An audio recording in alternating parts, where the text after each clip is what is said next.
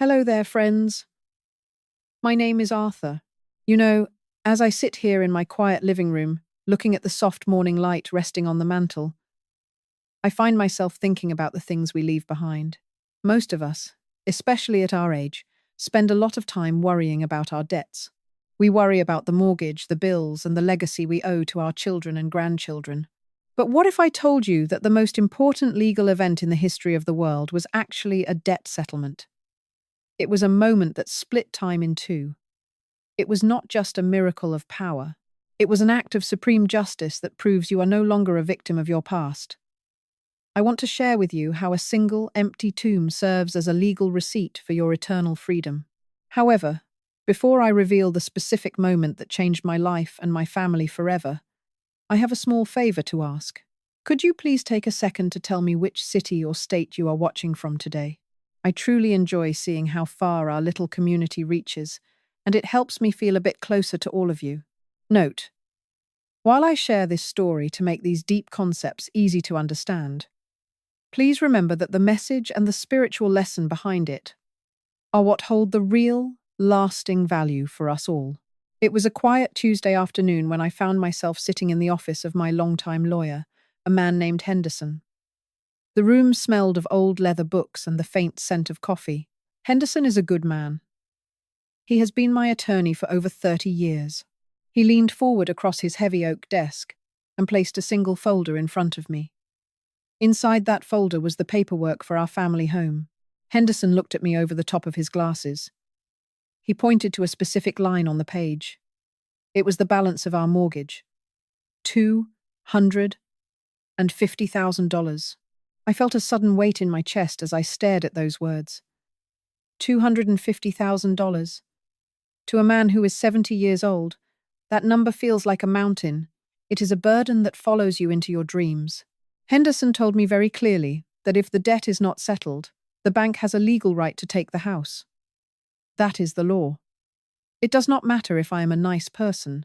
It does not matter if I have lived there for decades. The law only cares about the debt. As I drove home that day, I started thinking about a much bigger problem. I realized that my mortgage was not the only debt I was carrying. You see, friends, every one of us is born into a world governed by a very strict set of rules. I call it the law of death. In our golden years, we look back at our lives. We remember the mistakes we made. We remember the times we let people down. We remember the secrets we keep in the quiet corners of our hearts.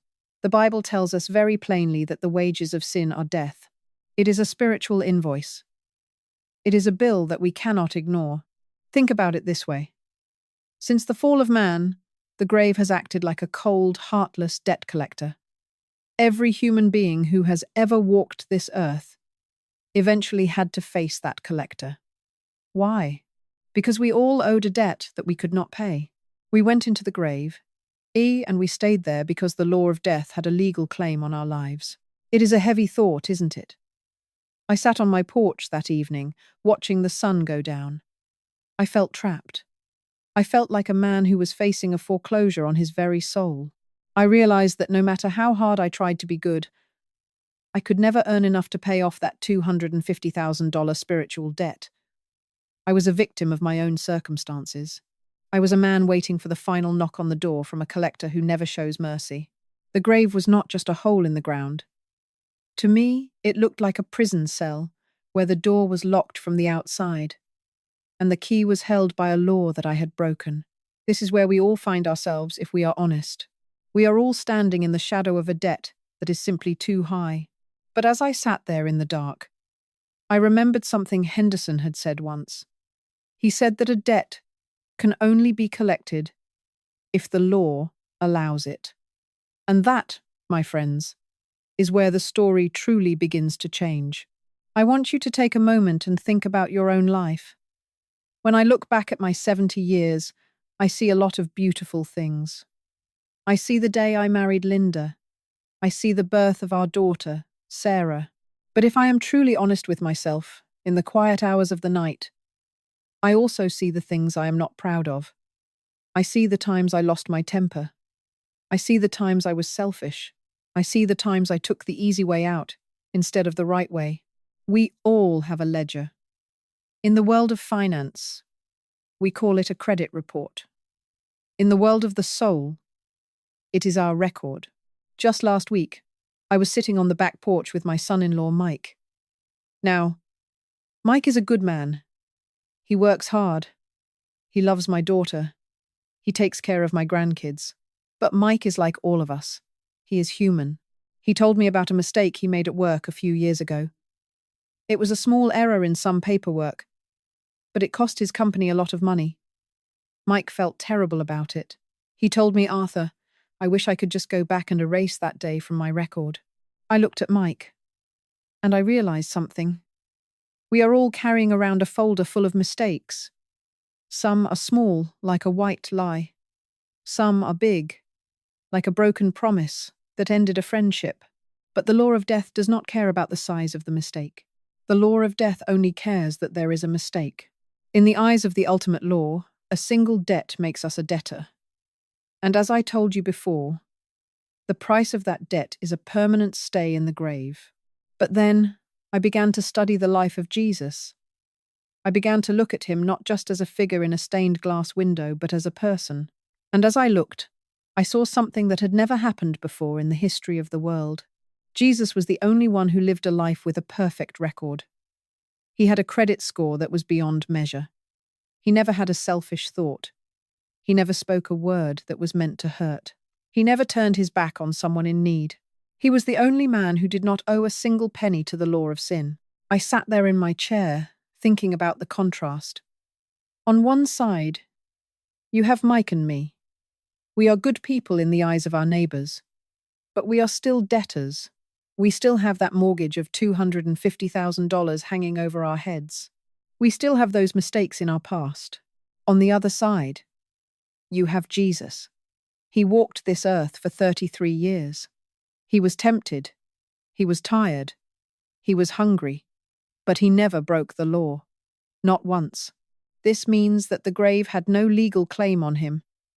The debt collector had no reason to knock on his door. He was a free man. He was the only truly free man who ever lived. And here is the part that makes my eyes fill with tears every time I think about it. He did not use his freedom to stay away from us.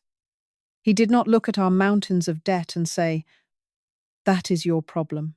Instead, he walked right into our mess. He saw my mortgage. He saw Mike's mistakes. He saw the secrets you are carrying right now. And he said, "I will take their place in the courtroom." Imagine you are standing in front of a judge. You know you are guilty. You know you cannot pay the fine. And then, a man walks in who has never broken a law in his life. He sits down next to you. He looks at the judge and says, "Put his debt on my account. I will pay what he owes." That is what we call a substitute. A substitute is someone who takes a burden that was never theirs to carry. Jesus had no debt. He had no sin. He had no reason to die. But he chose to step into the shadow of the grave anyway. He chose to let the law of death treat him like a criminal. I remember telling this to my daughter, Sarah. She asked me, "Dad, why would he do that? Why would someone with a perfect record take on the record of a sinner?" I told her, "Sarah, it was the only way to satisfy the law. You cannot pay a debt with more debt. Only someone who is debt-free can pay for someone broke. Jesus was the only one who was debt-free. He was the only one who could afford the price of our souls." As we prepare to look at what happened next, I want you to feel the weight of this. A perfect man, an innocent man, a sinless man. He was about to walk into the heart of the enemy's territory, and he was doing it for you. He was doing it for me. He was doing it so that the law would finally be satisfied. Now, we come to the part of the story that feels like a dark, heavy blanket. We call it Good Friday. But for the people who were there, it did not feel good at all. It felt like the end of hope. It felt like the lights had gone out on the world. I want you to imagine this scene as if it were a trial in a courtroom. The earthly authorities had made their decision. They had sentenced an innocent man to die. They thought they were in control. They thought they were the final word. They took Jesus to a hill called Calvary. They nailed him to a wooden cross. They watched him take his last breath. And then they took his body down and placed it inside a tomb. They rolled a massive stone in front of the entrance. They placed a seal on the stone. They put guards in front of it. The world thought it was over. The law of death thought it had won its greatest prize. But this is where the greatest legal blunder in the history of the universe took place. You see, the law of death has a very specific mandate. It has the authority to hold those who have sinned. It is like a prison warden who has a warrant for your arrest. If the warden has a legal warrant, he can keep you in a cell. But what happens if a warden arrests a man who has no warrant? What happens if the warden locks up a man who has committed no crime? That is a kidnapping. That is a legal error of massive proportions. The grave opened its mouth and swallowed Jesus. The law of death tried to claim his life. But as we discussed in the last chapter, Jesus was sinless. He had no debt. I talked to my lawyer, Henderson, about this once. I asked him, Henderson, what happens when the law makes a mistake like that? Henderson leaned back in his chair and said, Arthur, if a person is held without legal cause, the entire authority of the higher court must step in to correct it. It is called wrongful imprisonment. For 3 days, it seemed like the silence of the tomb was the final answer. Friday passed. Saturday passed. The disciples were hiding in fear. My heart breaks for them. They thought their master was gone forever. They thought the debt collector had finally won. But underneath the surface, in the realm of the spirit, a legal battle was raging. The law of death was trying to hold on to someone it had no right to touch. It was like a bank trying to foreclose on a house that had no mortgage. It was like a collector trying to take a car that had already been paid for in full. Jesus was in the heart of the earth. But he was not there because he was a victim. He was there to provoke a crisis in the legal system of the universe. By taking an innocent man into the grave, the law of death broke its own rules. It overstepped its bounds. It violated the very justice it was supposed to uphold. I imagine the Supreme Court of Heaven looking down at that sealed tomb.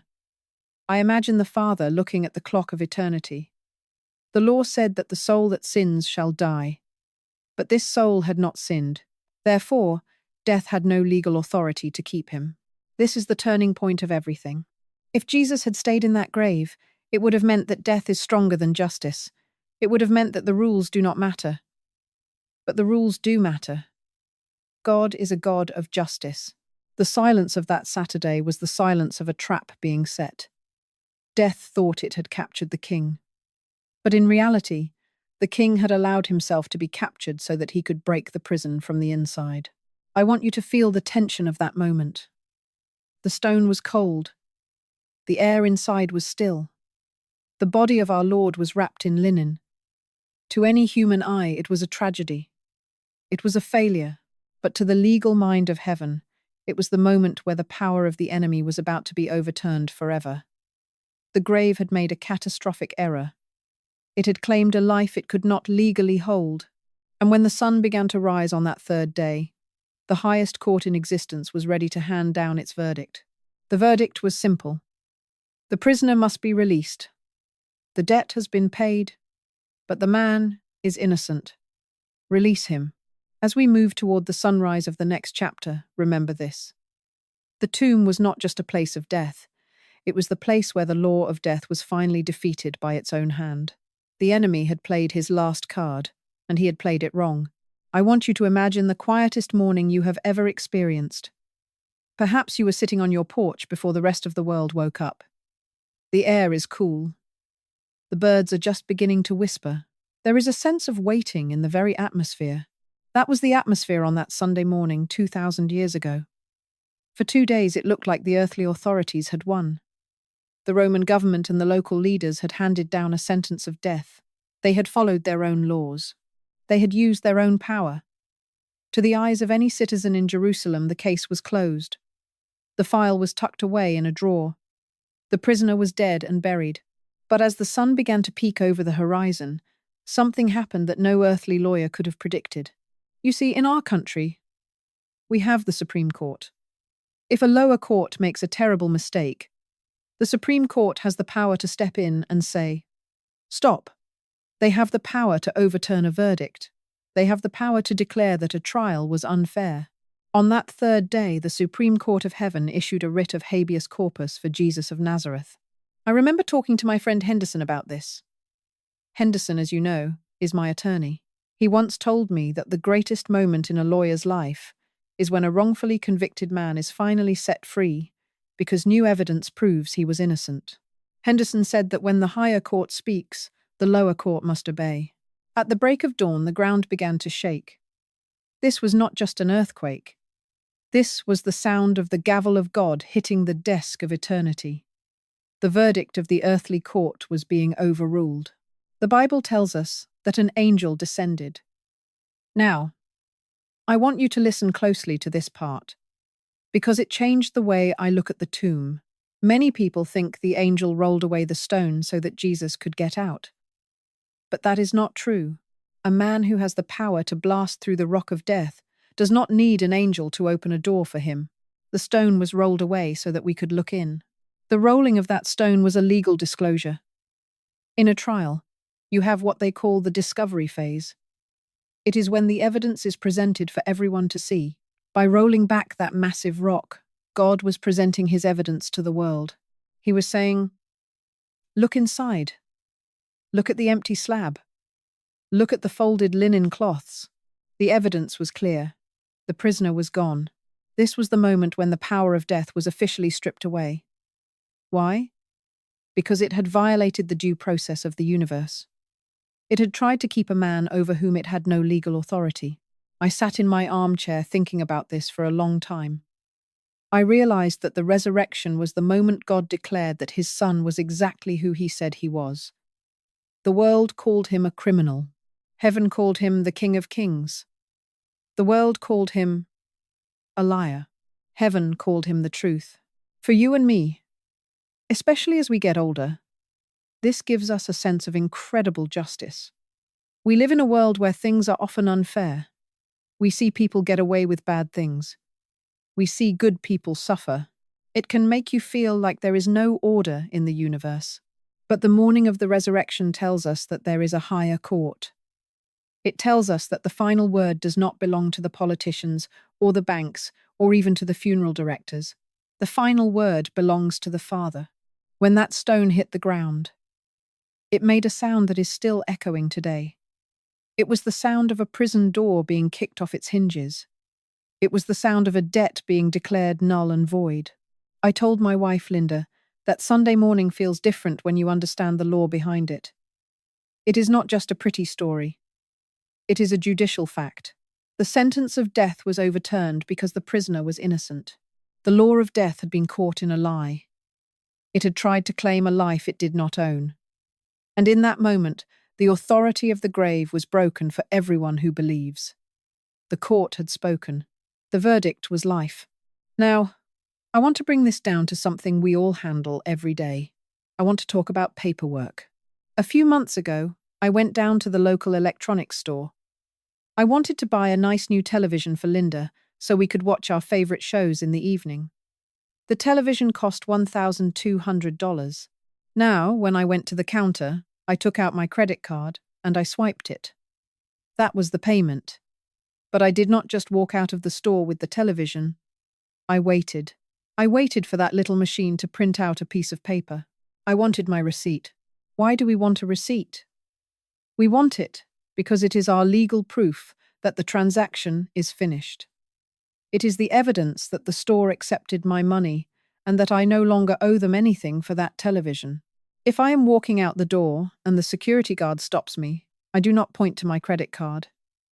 I show him the receipt. The receipt says the check cleared. The debt is gone. Friends, this is exactly what the resurrection is for your soul. Think of the cross as the payment. When Jesus was hanging there, he was paying the bill. He was covering that $250,000 mortgage I told you about. He was paying for every mistake Mike made, and every mistake I made. He cried out, It is finished. The payment was made. But if Jesus had stayed in the grave, how would we know if the payment was accepted? If you send a check in the mail to pay off your house, you do not feel peaceful until you see that the money has left your account and the bank sends you a letter saying paid in full. The resurrection is God's letter to you, saying, paid in full. It is the receipt for your salvation. When God raised Jesus from the dead, he was making a public declaration to the entire universe. He was saying, I have accepted the payment. The blood of my son was enough. The check has cleared the bank of heaven. I was sitting with my daughter Sarah, and we were looking over some old family documents. Sarah is very careful with her records. She asked me, Dad, how can I be sure that I am truly forgiven? I feel like I keep asking for mercy, but I never feel like the debt is gone.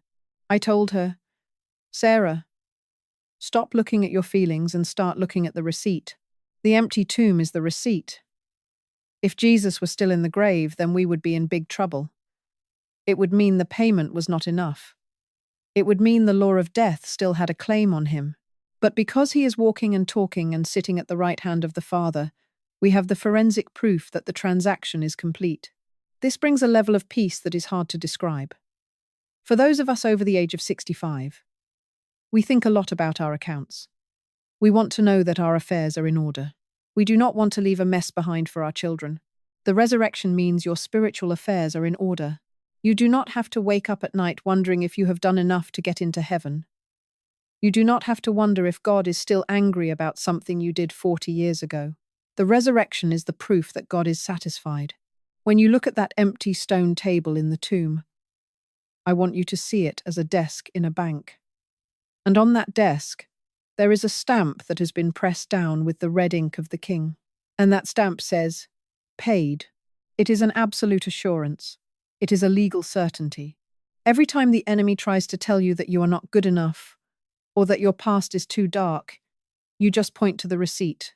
You point to the empty grave. You tell the accuser that the High Court has already issued the receipt. The transaction is closed. I find myself smiling more these days. My joints might ache and my hair might be thinner, but my soul feels as light as a feather. Why? Because I have seen the paperwork. I know the check cleared, and I know that the house of my soul is fully owned by the one who rose again. I have to be honest with you. Some mornings it takes me a little longer to get out of bed than it used to. I sit on the edge of the mattress, and I listen to the sounds of my own body. There are creaks in my knees. There is a dull ache in my lower back that seems to have moved in and decided to stay forever. I am 70 years old, and I feel the miles. I feel every year. We live in a world that worships youth. We see commercials on the television for creams and pills that promise to make us feel like we are 20 again. But you and I know the truth. This mortal body is slowing down. It is like an old car that has traveled down many long and dusty roads. The engine is tired. The frame is a bit rusty. But then, I opened my Bible to the book of Romans, chapter 8, verse 11. I want you to listen to these words very carefully. It says that if the spirit of him who raised Jesus from the dead dwells in you, he will also quicken your mortal bodies. I sat there with my morning coffee, and I let that word quicken sink into my mind. Quicken. In the language of the law, to quicken means to bring to life. It means to stir something that was still. It means to provide a new source of power. Think back to what we discussed about that tomb. There was a power so immense that it blasted through the solid rock. It was a power that defeated the ultimate legal debt of death. And the Bible tells us that this very same power, that same energy, is not hiding in a distant heaven. It is living on the inside of you. I told my wife Linda about this while we were walking in the garden. I told her, Linda, I do not have to live by my own strength anymore. My own strength is fading, my own battery is running low, but I have a new power source. I want you to imagine a house that is very old. The wiring is ancient. The lights are dim. But then, a master electrician comes in and connects that house to a brand new high-voltage power grid. Suddenly, the lights are bright. The heaters are warm. The house is the same on the outside, but it is running on a completely different source of energy. That is what the resurrection life is for us. When you feel that exhaustion in your bones, I want you to remember that you are connected to the power of the risen King. This is not a medical miracle that makes you 18 again. No, it is something much deeper. It is a spiritual vitality that flows through your spirit and into your physical frame. It is the strength to keep loving. It is the strength to keep serving. It is the strength to have joy, even when your joints are aching. I see so many people our age who have given up. They live as if they are already in the grave. They talk about their ailments all day long. They focus on what they can no longer do. But the resurrection tells us that we are being renewed from the inside out. I remember talking to my son-in-law, Mike. He was complaining about how tired he was from work. He is only 40, but he felt burnt out. I told him, Mike, you are trying to run your life on your own fuel.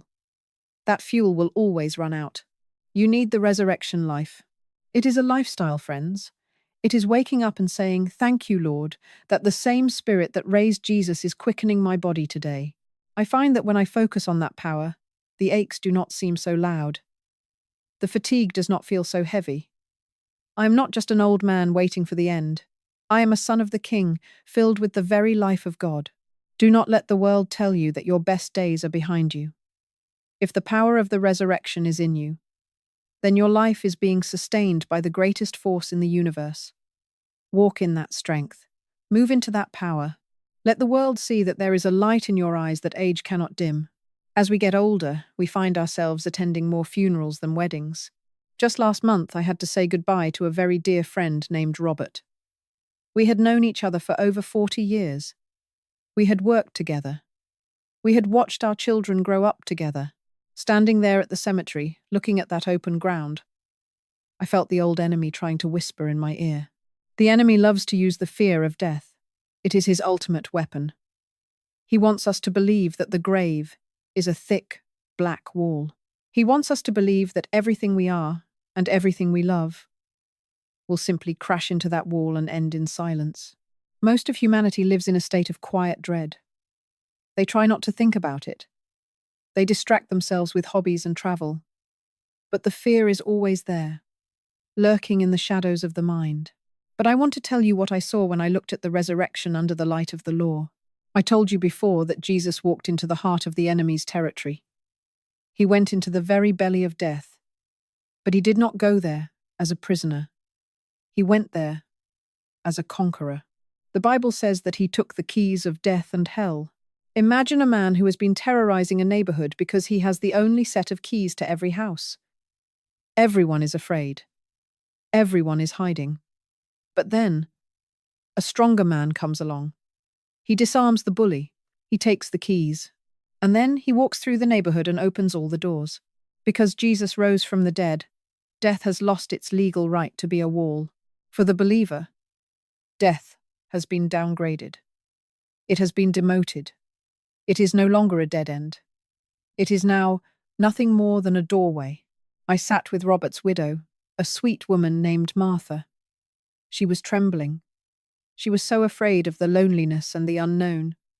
I took her hand and I said, Martha. Robert did not hit a wall. He just walked through a door into the next room of the Father's house. Think about a hallway in a beautiful old home. You walk down the hall, and at the end, there is a door. When you open that door, you leave the hallway behind, but you enter into a grand ballroom filled with light and music and all the people you have missed for so long. Jesus proved that the grave is just a hallway. He walked through it first to show us the way. He explored the territory.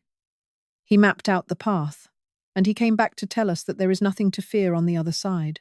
I am not afraid of the dark anymore. Why should I be? The King of Kings has already been there.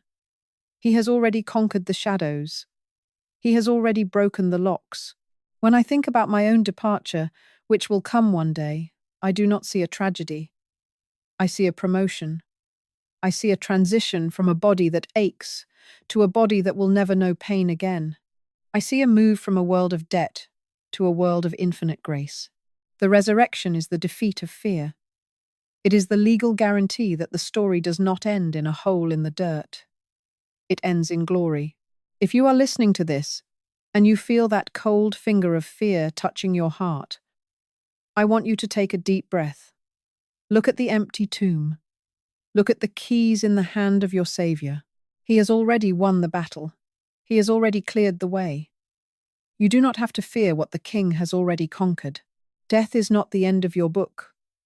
It is just the start of the best chapter. I told Linda, when my time comes, do not let them play sad music. Play a song of victory, because I am not hitting a wall. I am just stepping through the doorway that my Lord opened for me on that Sunday morning long ago. We are not people of the wall. We are people of the doorway. And that, my friends, makes all the difference in the world. I spent many hours this week sitting in my favorite armchair, watching my family. I looked at my wife, Linda, as she sat by the window. She was staring out at the garden, but her eyes were far away. I knew what she was thinking about. She was thinking about a mistake we made together over 30 years ago. It was a choice that haunted her. Even though it was decades in the past, she still carried it like a heavy stone in her pocket. Then I looked at my daughter, Sarah. She is a wonderful mother and a brilliant woman. But I could see the shadow of anxiety on her face. I could see the way she worries about the future, and the way she still blames herself for things that happened in her younger years. I looked at them both, and my heart began to burn with a holy fire. I realized that even though we go to church, and even though we know the story of the empty tomb, we were still living like the walking dead. We were living as if the grave still had a claim on us. I stood up from my chair. I did not move quickly, because my 70-year-old knees do not allow for that. But I moved with a sense of purpose. I sat down at the kitchen table with Linda and Sarah. I took their hands in mine. I said, Linda, Sarah, why are we still living in the tombs? They looked at me with confusion. But I kept going.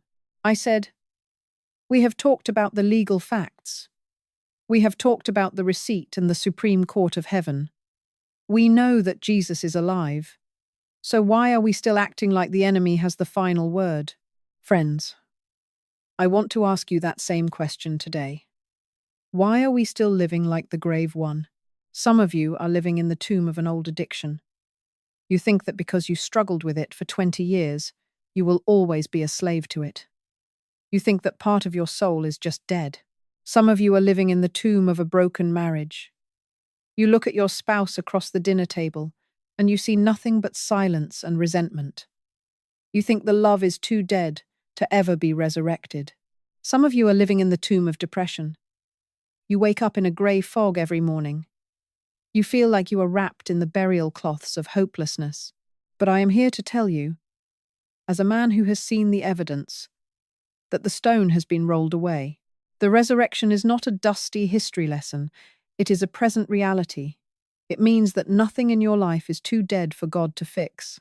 If God can take a body that was cold and still for 3 days, and make it breathe again, and make it walk again, then He can surely bring life back to your purpose. He can bring life back to your joy. He can bring life back to your family. Stop looking at the stone. We spend so much time focusing on the problem that looks permanent. We stare at the heavy rock of our past mistakes. We stare at the heavy rock of our grief. We focus on the things that feel like they will never move. But when you focus on the stone, you forget about the Savior. The resurrection was a miracle of justice. It means the law is satisfied. You are not a prisoner anymore. You are not a debtor anymore. You have been cleared of all charges. So why are you still sitting in the jail cell? The door is wide open. The guards have fled. The chains are broken on the floor. I told Sarah, you do not have to carry that guilt from 20 years ago.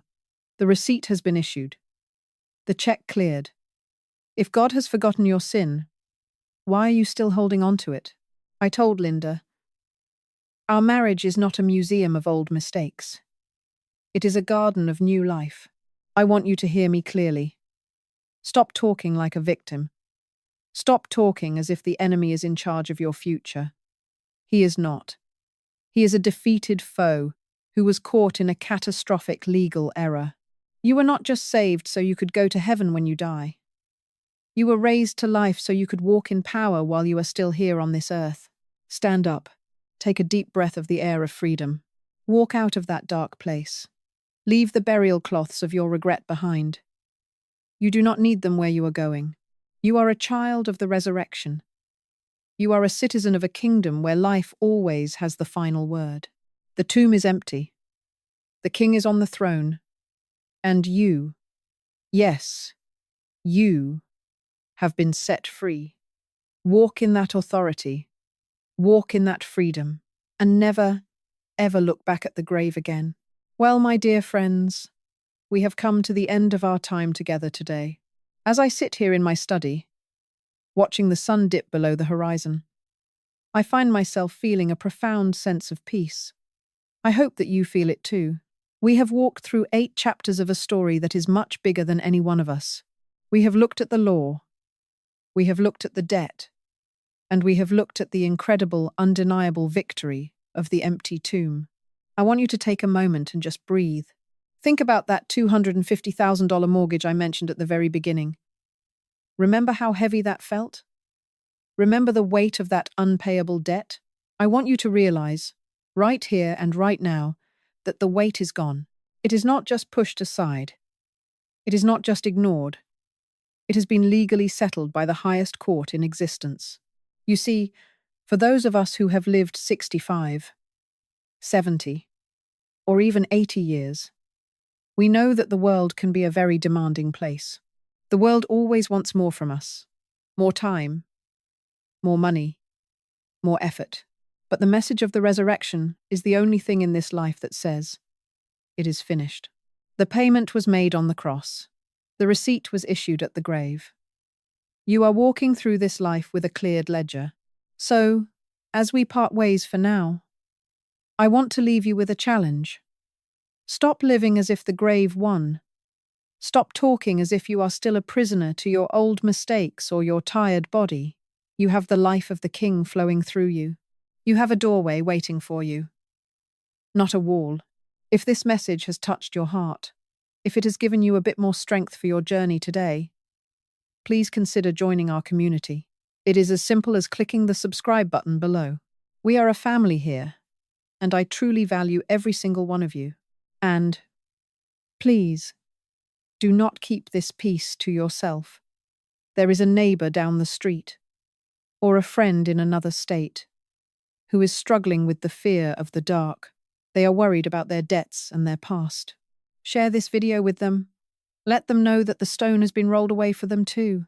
Note: please remember that while I use these stories and metaphors to help us understand these deep truths, the real value lies in the message of hope and the spiritual lesson it brings to our lives. Thank you for letting me spend this time with you. It has been a true honor. I am Arthur, and I am so grateful for your company. I will be right here, waiting to welcome you back for our next talk. Walk in the light. Walk in the power. And always remember, the tomb is empty. The King is on the throne, and your debt is gone forever.